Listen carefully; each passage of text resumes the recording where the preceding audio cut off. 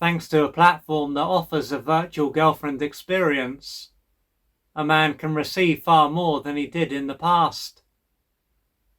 Before this platform was available, he would have been able to view pictures and videos of a woman, but that would have been about it.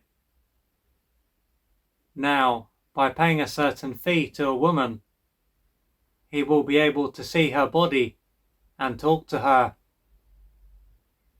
And although he won't have met her in the real world, and is unlikely to ever meet her, it can be as though he is in a relationship with her. This will then be a relationship where messages are shared, but they won't share time together in the real world. Therefore, there won't be the challenges that a real relationship has, the opportunities to grow and become more integrated, and there certainly won't be any physical affection or real sex. It could then be said that it will be a relationship where there are only good moments. However, it wouldn't be accurate to even say that it will be a relationship, as it will be nothing more than a fantasy bond. Of course, in order for a man to have a real girlfriend, he will have not only have needed to have met the woman, but he will need to spend time with her. If this hasn't taken place, he can believe that a woman is his girlfriend, but this will have no basis in reality. With this in mind, and to use an analogy, when a man has a virtual girlfriend experience, he is essentially going to be eating food with no nutritional value. His imagination will be being fed, and this will keep this part of him busy, but it won't do much else.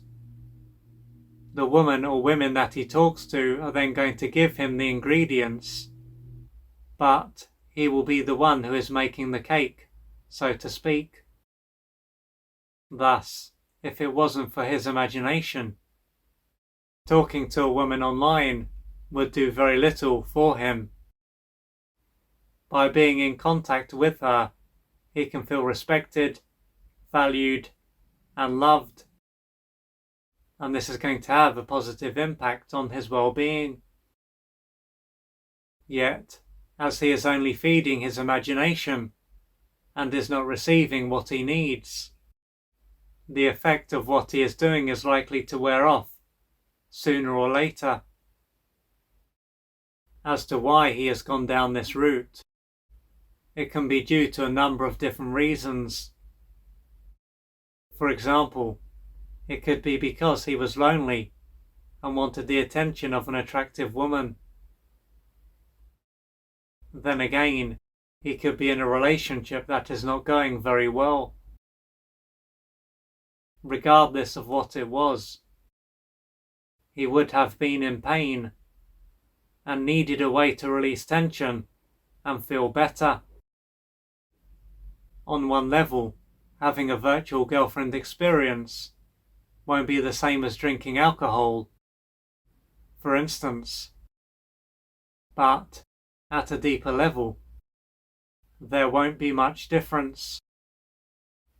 That's not to say that having a fantasy relationship won't be cheaper than drinking alcohol or more discreet. When it comes to a virtual relationship, it won't be liquid that is giving his brain permission to release certain chemicals. It will be words, images, voice notes and videos, for instance. If he was to end this fantasy relationship, he is likely to soon come into contact with both the pain that is inside him and face reality. So, at one point or another, whether it's due to the effects of the girlfriend experience coming to an end, or this experience coming to an end, he is likely to come into contact with how he feels and to face reality. Assuming that he went down this path because he felt lonely and wanted to connect with a woman, his life won't have changed. He will have covered up how he feels and directed his time, money and resources towards someone who, quite frankly, doesn't care about him. This is not to say that this woman is totally heartless. It is just that she is playing a role, and he is merely another man who is giving her money. The big question is, why hasn't he looked into what he can do to actually change his life, as opposed to avoiding what is going on for him? What this may show is that he doesn't feel that he is enough, valuable, or lovable. As a result of this, he wouldn't have believed that there was anything that he could do, and this is why he went down this path. Additionally, he might not have any close friends who care about him and can support him. This may show that his early years were anything but nurturing, with this being a time when his mother and father were emotionally unavailable. If this is the case, he wouldn't have received the love that he needed in order to develop a felt sense of being enough, worthy, or lovable, or developed his personal power. Ultimately, how he was treated would have been a reflection of what was going on for his parents, not a reflection of his worth or lovability. But, as he was egocentric, he would have personalised what took place.